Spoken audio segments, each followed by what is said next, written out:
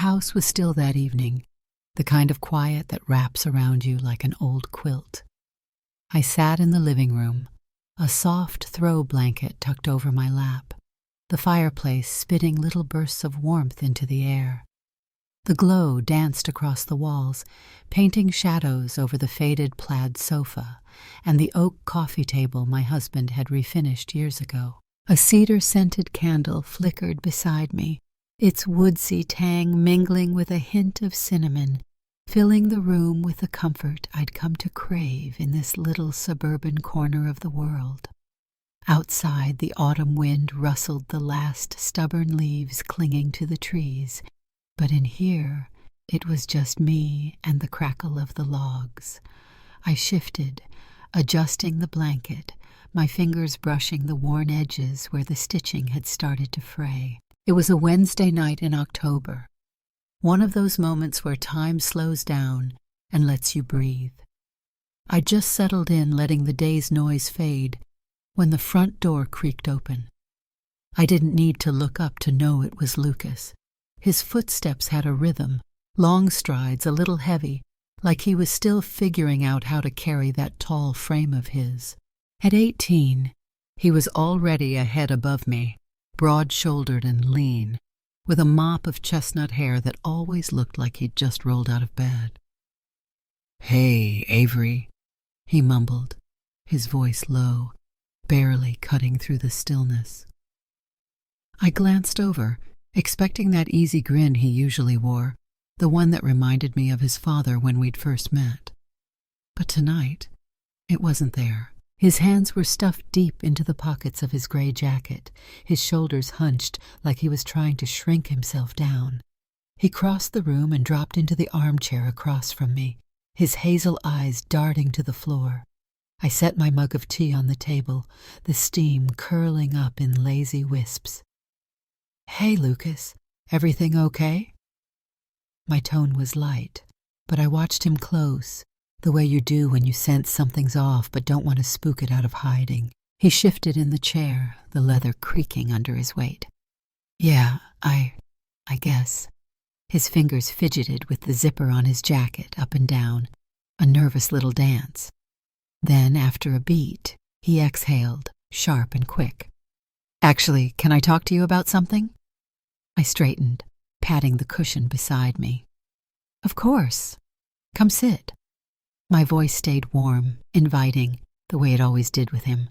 Lucas hesitated, his gaze flicking to the spot I'd offered, then back to the floor.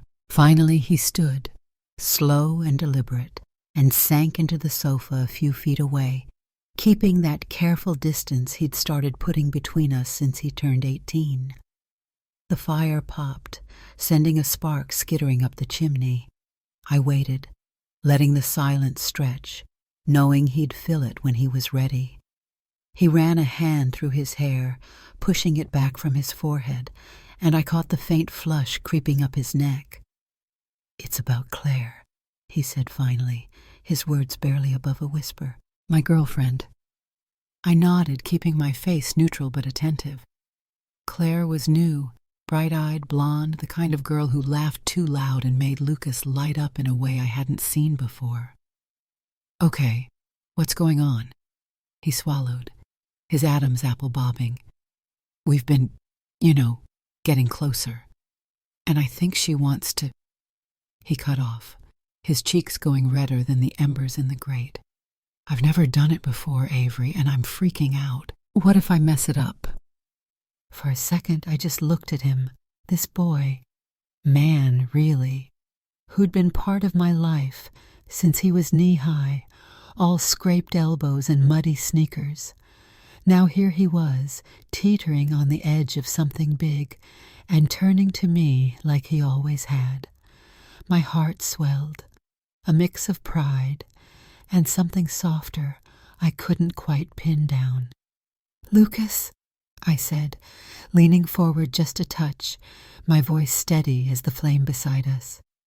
"It's completely normal to feel nervous about your first time. I promise you that. But here's the thing, it's not about getting it perfect. It's about being there, really there, with her. Talk to her. Make sure you're both comfortable. That's what matters. He nodded slow, his brow creasing like he was carving my words into stone. But what if she doesn't like it, or I do something dumb? I smiled, soft and reassuring, the kind of smile I'd perfected over years of late-night talks. You won't. Just be honest with her. Ask what she wants. Tell her what you're feeling. And if it's not right, you stop. No rush, no pressure. You're enough just being you. The tension in his shoulders eased, just a fraction, and he let out a breath he'd been holding. Thanks, Avery. That helps. He flashed a small, lopsided grin, the first I'd seen all night, and pushed himself up from the sofa. I'm going to head upstairs. Any time, I called after him, watching as he disappeared down the hall, his footsteps fading into the quiet. The fire hissed, and I leaned back, picking up my tea again. The warmth seeped through the ceramic, into my palms, and I let my mind settle. Lucas was growing up, faster than I'd expected, and yet he still trusted me with these pieces of himself. There was something precious in that, something that made the house feel fuller even in its stillness. I took a sip, the steam brushing my lips, and let the night close in around me, soft and sure. The house was hushed, the only sound the soft patter of rain tapping against the windows, like a restless whisper. I lay in bed, the sheets cool against my skin, the faint glow of a street lamp sneaking through the blinds to trace faint lines across the ceiling. My silk nightgown clung lightly to me, its hem brushing my thighs as I shifted, restless despite the late hour.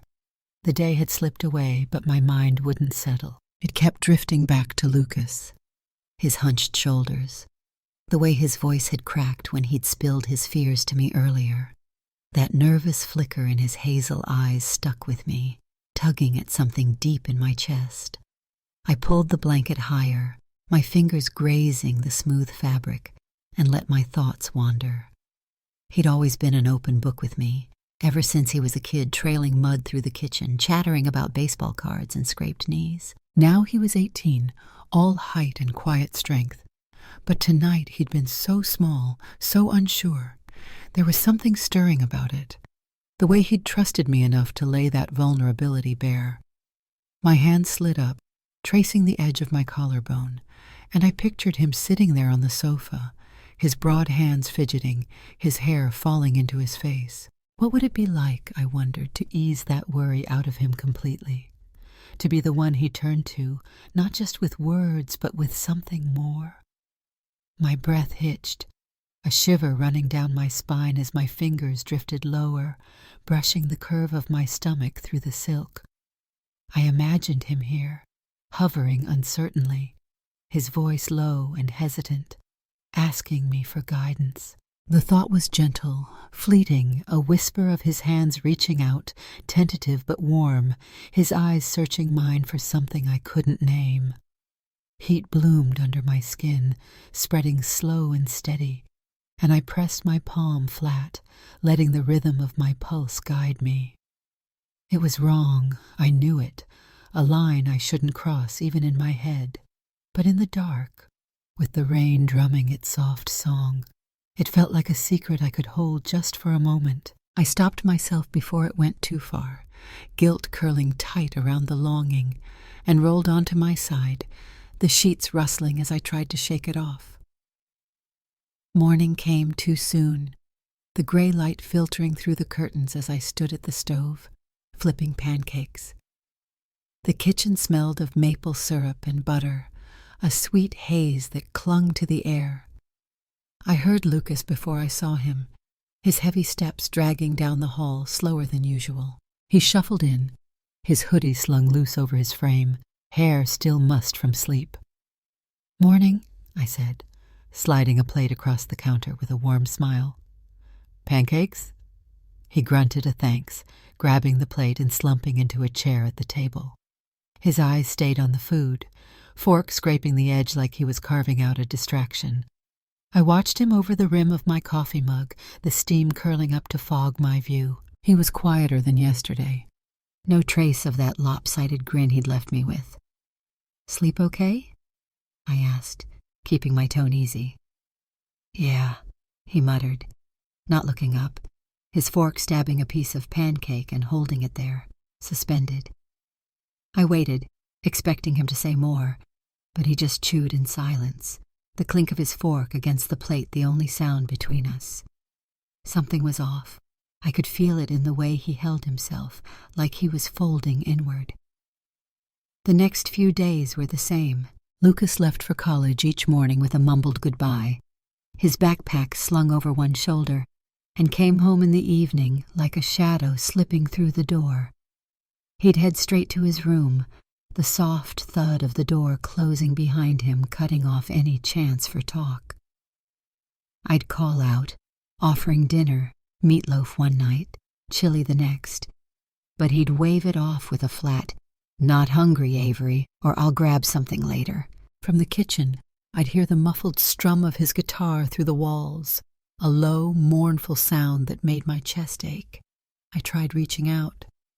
One afternoon, I knocked on his door, a mug of cocoa in hand, the steam curling up like an olive branch. "Hey, want to watch a movie? That old Western you like?"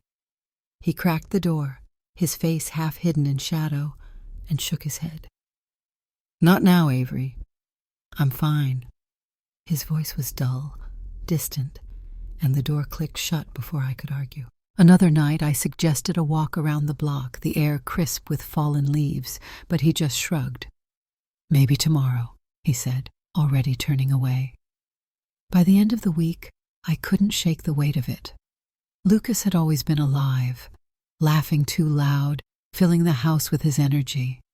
But now he was a ghost, drifting through the rooms like he wanted to disappear. I stood in the kitchen that evening, the roast chicken I'd made cooling on the counter, the candles I'd lit flickering uselessly. He'd come home, same as always, and gone straight to his room without a word. I stared down the hallway, my hands curling into fists at my sides. Enough was enough. Whatever was eating at him, I had to know. I took a deep breath, the cedar scent still lingering in the air, and started toward his door, my heart thudding against my ribs. I wasn't letting him hide anymore. I stood outside Lucas's door, the hallway dim and cool, the faint hum of his guitar seeping through the wood like a heartbeat. My knuckles hovered an inch from the panel, hesitating before I knocked, soft but firm, the sound sharp against the quiet. "Lucas, can I come in?" My voice was gentle, but it carried an edge I couldn't hide. The strumming stopped, leaving a heavy silence that stretched too long. Then a muffled, "Yeah," came through, low and reluctant. I pushed the door open, stepping into the cave of his room. A single desk lamp glowed in the corner, its light spilling over a clutter of notebooks and a half-empty coffee mug. Posters of Hendrix and Zeppelin peeled at the edges on the walls, and his guitar leaned against the bed, strings still trembling faintly. Lucas sprawled across the mattress, legs stretched out, staring up at the ceiling like it held answers he couldn't find. His hoodie was pulled up, shadowing his face, but I caught the pale tightness of his jaw, the way his hands clenched into fists at his sides. "Hey," I said, easing onto the edge of the bed, the springs creaking under me. The air smelled faintly of sweat and cedar, a mix of him and the house. "You've been quiet lately. I'm worried." I kept my tone soft, my hands folded in my lap, waiting for him to meet me halfway. He didn't move at first, his chest rising and falling in shallow bursts. Then slowly he turned his head, his hazel eyes catching the light, red-rimmed, glassy, like he'd been fighting something back for days. "I'm fine," he rasped, the words hoarse and unconvincing. I shook my head, reaching out to rest a hand on his arm. His sleeve was warm under my fingers, bunched up from restless shifting. "No, you're not. I can see it, Lucas. Talk to me, please." My grip tightened just enough to let him feel I wasn't going anywhere. The room went still. The only sound the faint tick of a clock buried somewhere in the mess on his nightstand. He stared at me, jaw working like he was chewing on the words, and then his shoulders slumped, a shudder running through him. "It's stupid," he muttered, looking away, his voice barely a breath. "It's not," I said firmly, sliding closer, my knee brushing the edge of his leg. "Whatever it is, it's hurting you. That's not stupid. Tell me what's going on." I squeezed his arm, my thumb pressing into the fabric, urging him to let it out. He took a deep, rattling breath, his eyes flicking back to mine, raw and unguarded. "It's Claire," he started, his voice trembling. We tried to, be together. Last weekend." He swallowed hard, his cheeks flaring red. "It was going okay at first. We were kissing, messing around, and it felt good, but then—" He trailed off, his hands curling tighter, knuckles whitening. I nodded, keeping my face calm, encouraging. "Okay, what happened then?" My heart was already sinking, bracing for whatever came next. His gaze dropped to the bed, his voice cracking as he forced it out. "She saw me, all of me, and freaked out. Said I was too much, that she couldn't do it. She just stopped, got up and left." His face twisted, shame flooding his features. "And now she's told everyone. Her friends, my friends, they're all talking about it at school. Calling me a freak, saying I messed up like there's something wrong with me." The words hit like a punch, heavy and cruel, and I felt a flare of anger burn through me. Anger at Claire, at the kids who turned his vulnerability into a joke. My chest tightened, and before I could stop myself, I pulled him into a hug, wrapping my arms around his broad shoulders. He stiffened at first, then leaned into it, his frame trembling against me. "Oh, Lucas," I murmured into his hair, the faint scent of his shampoo mixing with the cedar in the air. "There's nothing wrong with you, nothing." He pulled back just enough to look at me, his eyes brimming, doubt etched deep. "Then why does it feel like there is? Why is everyone acting like I'm some kind of mistake?" His voice broke on the last word, and it cut me straight through. I cupped his face, my thumbs brushing the stubble along his jaw, forcing him to hold my gaze. "Listen to me," I said, my tone steady, fierce. "You're not a mistake. You're not broken or messed up. You're different, unique, and that's a good thing. Anyone who says otherwise doesn't know what they're talking about. They're just small-minded, and you're so much more than that." He blinked, tears spilling over, but he didn't pull away. His hands fidgeted in his lap, twisting the hem of his hoodie. "I don't know what to do, Avery. I feel so lost." His voice was small, like he was 16 again, asking me how to fix a flat tire. I slid my hand down to his shoulder, squeezing tight. "You're not alone, okay? I'm here, and we'll figure this out together, whatever it takes." My words hung between us, solid as the oak beams in the house, and I meant every one. He nodded, slow and shaky, then leaned into me again, his head resting against my shoulder. I held him there, feeling the weight of his trust, the way he clung to me like I was the only thing keeping him steady. "Thank you," he whispered, his breath warm against my neck. "Always," I said, brushing a strand of hair from his forehead, my fingers lingering there. We stayed like that for a while, the room quiet except for the soft drip of rain outside. I could feel his breathing even out, the tension in him loosening, and I knew this was just the start. Whatever came next, I'd be there, fierce, steady, ready to pull him back to himself. The kitchen smelled of roast chicken and rosemary the next evening, the savory warmth curling through the house like a promise.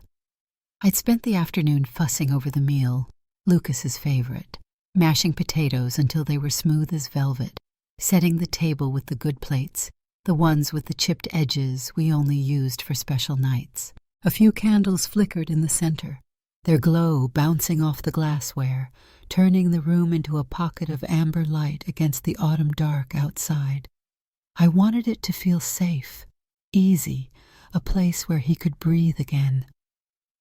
Lucas came in as I was pulling the chicken from the oven, his sneakers scuffing the hardwood. He paused in the doorway, his hoodie swapped for a faded flannel shirt, the sleeves rolled up to his elbows. His eyes softened at the sight of the spread, the tension in his shoulders easing just a hair. "Smells amazing," he said, his voice quiet, but real, not the hollow mumble I'd gotten used to lately. I smiled, handing him a plate, the ceramic warm against my palms. "Thought you could use a good meal. Sit down, let's eat." He took it, settling at the table, and I joined him, the clink of forks against plates filling the silence. I kept the talk light, asked about his history professor's latest rant, told him about the squirrel I'd caught raiding the bird feeder that morning.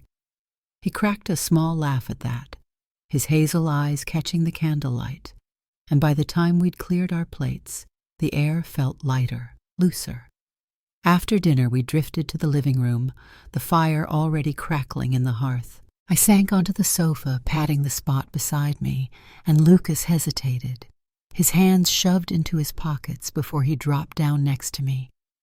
The cushions dipped under his weight, pulling us closer, and I could smell the faint cedar of his cologne mixing with the wood smoke. We talked for a bit, about nothing really, just the rhythm of words, but I could feel the undercurrent, the weight of last night still hanging between us. It was time. "Lucas," I said, turning to face him, my knee brushing his. "How are you feeling about what we talked about last night?" My voice was gentle, but I held his gaze, steady as the flame across the room. He looked down at his hands, his fingers twisting together, a flush creeping up his neck. "I don't know. I mean, I believe you, Avery, but it's hard.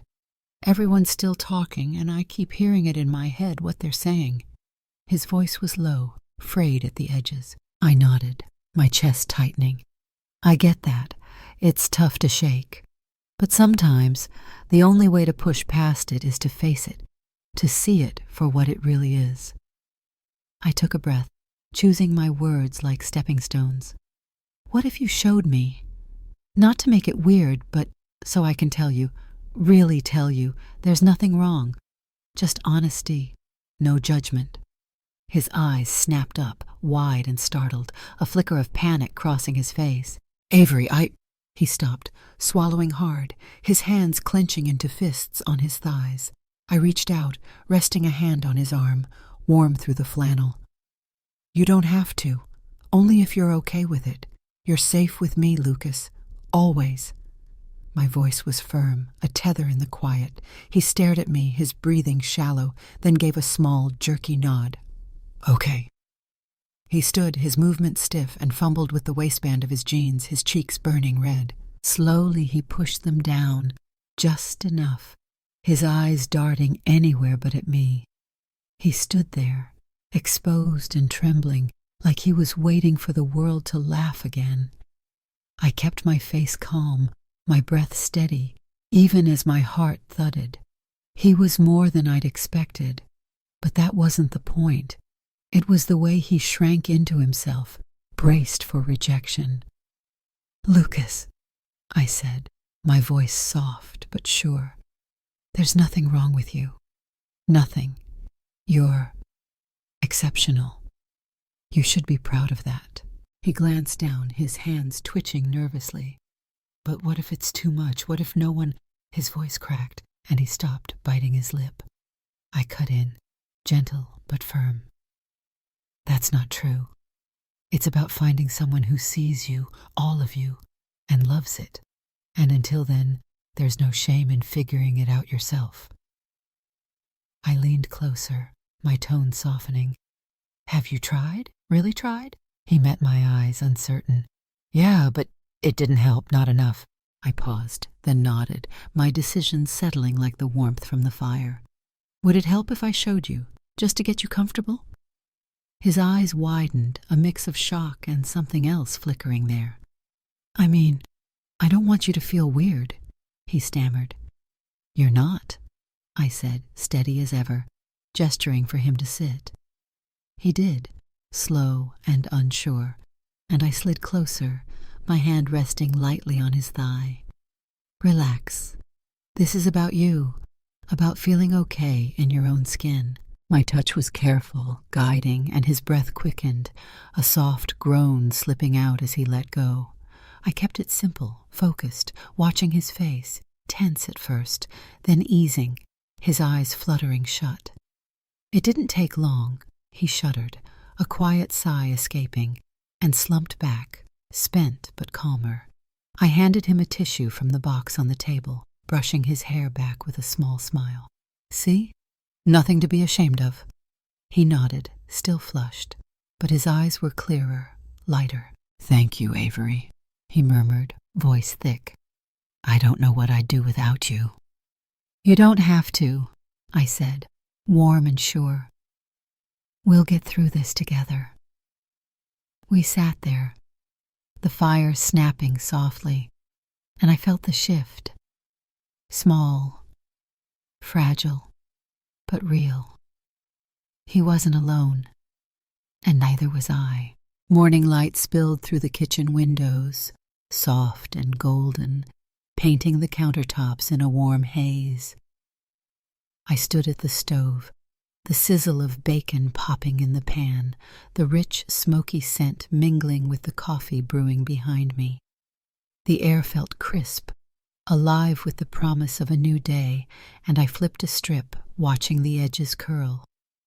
Last night lingered in my mind, Lucas's shaky trust, the quiet way he'd leaned into me. It wasn't just about him finding his footing. It had stirred something in me, too, a strength I hadn't noticed until now. The floor creaked, and I turned to see Lucas shuffle in, his hair a mess of chestnut waves, his flannel swapped for a faded college tee. He moved differently today, straighter, like the weight on his shoulders had lifted a little. He pulled out a chair, the legs scraping the tile, and sat, his eyes catching mine for a flicker before dropping to the table. Morning, I said, sliding a plate of bacon and toast his way, my smile easy and warm. Morning, he replied, his voice steadier than it had been in weeks. He grabbed a strip, crunching into it, and I settled across from him, cradling my coffee mug. The steam curled up, brushing my chin, and I watched him over the rim. He chewed slow, deliberate, then grinned, a small, crooked thing that lit his face. This is good. Thanks, Avery. Anytime, I said, sipping my coffee, the bitterness sharp against my tongue. The silence stretched, comfortable, broken only by the clink of his fork and the soft hum of the fridge. Sleep okay? I asked, keeping it light, testing the waters. He nodded, wiping his hands on a napkin. Yeah, better than I have in a while. His eyes flicked up, holding mine this time, a quiet confidence simmering there. Last night, it helped, a lot. Relief washed over me, warm as the sunlight pooling on the floor. I'm glad, Lucas. I just want you to feel good about yourself. My voice was soft, steady, and I leaned forward, resting my elbows on the table. How are you holding up with everything else? He shrugged, but it wasn't dismissive, more like he was shaking off the last of something heavy. It's still there, you know, what people are saying, but it's not as loud today. I think I can handle it. He paused, then added quieter. Can we talk again if I need to? Like last night? Of course, I said, reaching across to squeeze his hand, his skin warm under mine. Whenever you need me, I'm here. We'll keep figuring it out. He squeezed back, just a little, and pulled away, digging into his toast with a hunger I hadn't seen in days. Later, I stood in front of my closet, fingers trailing over hangers. The day felt different, charged, like the air before a storm, and I wanted to match it. I tugged out a soft gray sweater, the kind that hugged my curves without shouting about it, and paired it with jeans that fit just right. I caught my reflection in the mirror, the way the fabric clung, and smiled. It wasn't for him, not really. It was for me, a quiet nod to the shift between us. Downstairs, Lucas glanced up from the couch when I walked in, his eyes lingering a beat longer than usual before he looked away, a faint flush creeping up his neck. "Movie?" I asked, holding up a DVD case, an old Western, his favorite. He nodded, and we settled on the sofa, the fire crackling to life as I hit play. The room filled with the twang of a guitar score, horses galloping across the screen, and we sat close, not touching, but near enough to feel the warmth of him. Halfway through, he laughed at a line I'd forgotten, his shoulder brushing mine, and I felt that quiet electricity hum between us. It wasn't loud or bold, just there, steady, rooted in something deeper than words. As the credits rolled, I turned to him, the firelight dancing across his face. "You're doing okay. You know that, right?" My voice was low, almost lost in the snap of the logs. He met my gaze, his eyes clear, unguarded. "Yeah, I think I am. Because of you." He shifted, leaning back, his hands resting easy in his lap. "I don't feel wrong anymore. Not like I did." And my chest ached, a good ache, and I brushed a strand of hair behind my ear. "You never were. You're stronger than you think, Lucas. And I'll keep reminding you, as long as you need it." He smiled, faint but real, and stood, stretching his arms over his head. "I'm gonna crash. Early class tomorrow." He headed for the stairs, his step lighter, more sure, and I watched him go, the hallway swallowing him up in shadow. I stayed by the fire, the embers glowing red against the dark, and let the quiet settle over me. The leaves tapped the window outside, a soft rustle of change, and I thought about us, him finding his way, me finding mine. Helping Lucas hadn't just pulled him back. It had reminded me what I could do, who I could be. The house felt fuller, warmer, and I sank into the sofa, the cedar scent still faint in the air. Whatever came next, we'd face it together, step by step, steady as the seasons turning.